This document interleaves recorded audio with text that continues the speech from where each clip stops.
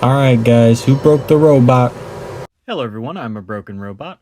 Minecraft is one of my favorite games of all time. The ability to use a massive sandbox world and block by block create massive buildings and elaborate redstone devices is why Minecraft as a game has stayed in the public conscious for over a decade now. Personally, my favorite part about Minecraft is the lack of story. While the Minecraft overworld doesn't have quests or puzzles like in other video games, the Minecraft developers have spent the last 8 years adding pre-generated structures and mobs that help players create their own theories about the lore and story of Minecraft.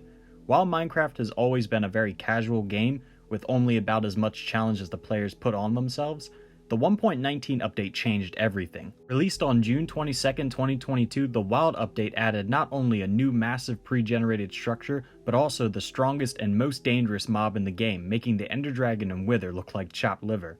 Before we can talk about the Warden though, it's important that we discuss the ancient cities and how the Skulk fungus overran the ancient humans that constructed them. Before I get into the meat and potatoes of this video, I would like to make a quick disclaimer. This information is simply my own interpretation of the Minecraft lore, based off evidence I could find in the game, and in a video essay I released a few weeks ago.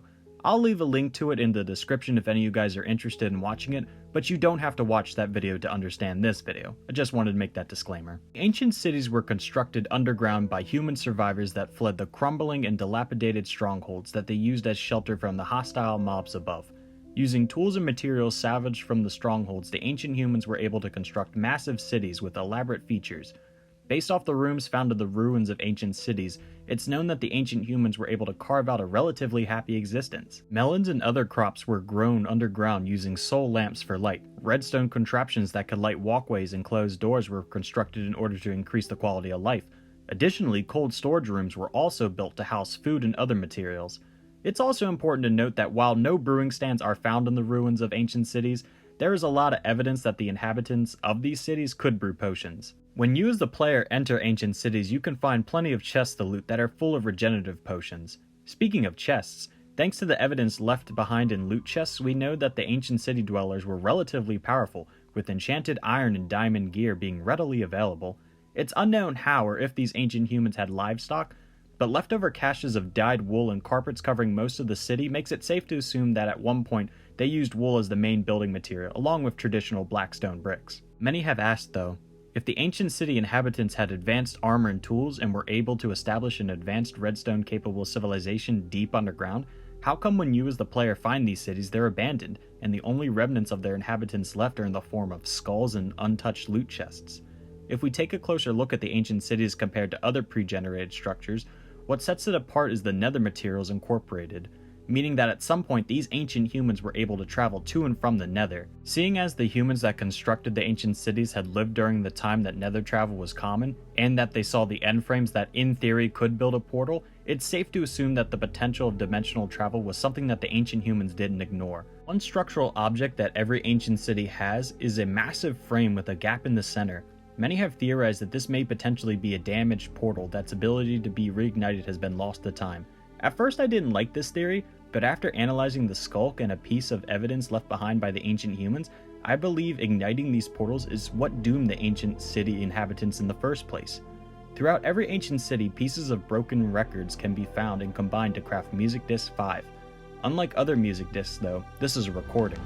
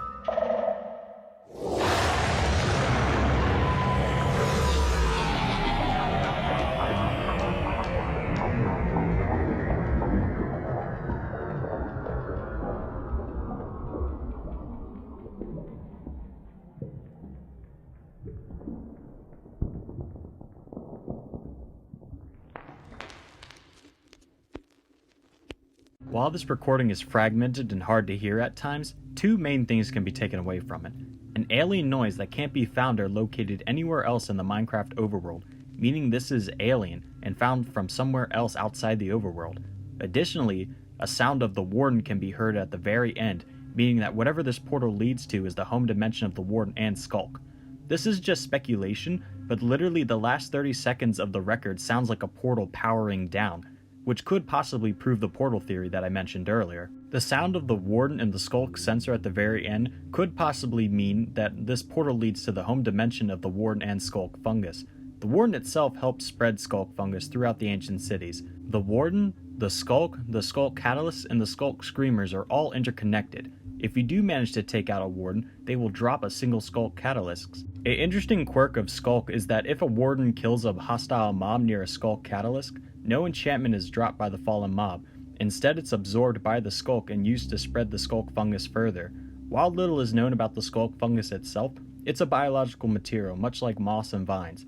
But unlike overworld plants, the Skulk absorbs and feeds off raw enchantment. When the first Wardens walked through the newly ignited portals the ancient city inhabitants had built, they quickly overwhelmed and killed off the majority of the ancient humans. There is evidence left behind that for a while the ancient cities did try to coexist or survive the Skulk invasion. Skulk receptors were incorporated into their redstone devices, and multiple altars and shrines were constructed of the Warden in hopes of appeasing the mindless brutes. Even though the ancient humans had advanced redstone technology and enchanted tools and armor, the Warden's otherworldly properties make them incredibly difficult to fight. In-game, the Warden is the strongest mob with 250 hearts.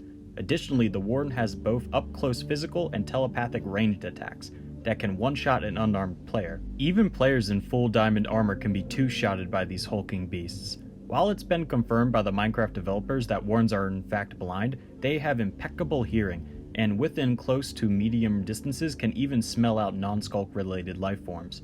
Wardens can only be summoned when a Skulk Shrieker, which is activated by nearby sounds or physical touch, is set off. The Skulk itself has no defense mechanism, but seeing as the Wardens and the Skulk blocks are all interconnected, if a Skulk nest is under threat, a Skulk Shrieker will summon a Warden, who is usually nearby buried in the Skulk fungus hibernating. While the Wardens are immune to lava and most potions, they are killable and easily shook off as they are blind. When a Warden no longer detects any sound or smell, they will return to hibernation. While the Skulk fungus has the potential to spread across the entire overworld, most hostile mobs and passive mobs actively avoid the deep dark in fear of encountering a Warden. Additionally, because the Skulk can be disarmed and harvested for raw enchantment, it's safe to assume that in the speculative lore of Minecraft, some ambitious players have cleared out and refurbished some ancient cities. While my investigation may explain where the Skulk came from and how the Wardens destroyed the ancient city inhabitants, there is still so much unknown. Is it possible to reignite the portals? What is the dimension the Wardens came from like? Is it possible to pacify the Wardens? With more updates and more revealed by the developers, it's only a matter of time before the mystery behind the Skulk fungus is revealed. And with that being said, if you've stuck around this long, please like and subscribe. I've really enjoyed making speculative lore video game videos and kind of like being able to let the creative juices flow. So if you guys enjoy videos like these, please leave a like and a comment so I know that you guys want to see more of this, because I'd be more than happy to make more of it for you guys. And with that being said, I hope you all have a great day, avoid the Wardens, and stay cool.